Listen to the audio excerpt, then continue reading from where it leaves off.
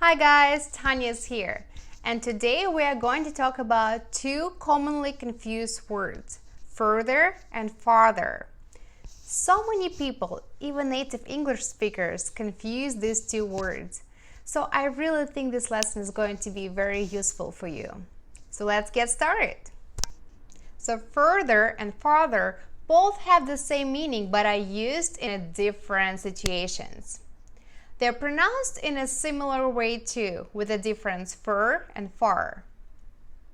So farther with far is used when we are talking about physical distance, the distance that you can measure, okay? So let's say as a passenger in a car, you can ask your driver, how much farther until we reach our destination? In a race, you can say, she ran faster and farther than him. So further with fur is used for more abstract situations. It refers to metaphorical distance, so you can't really measure the distance.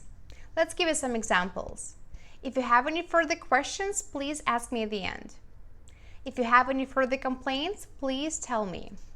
So in both examples, complaints and questions are not really physical things, okay? So you cannot use the word farther. Let's take one more look at the difference between these two words in context.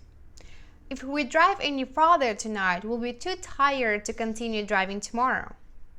We should discuss this topic further before we make our decision. Alright guys, I hope you know the difference between these two words now. Please write your examples in the comments below. And if you have any further questions, feel free to ask me. Thank you so much for watching.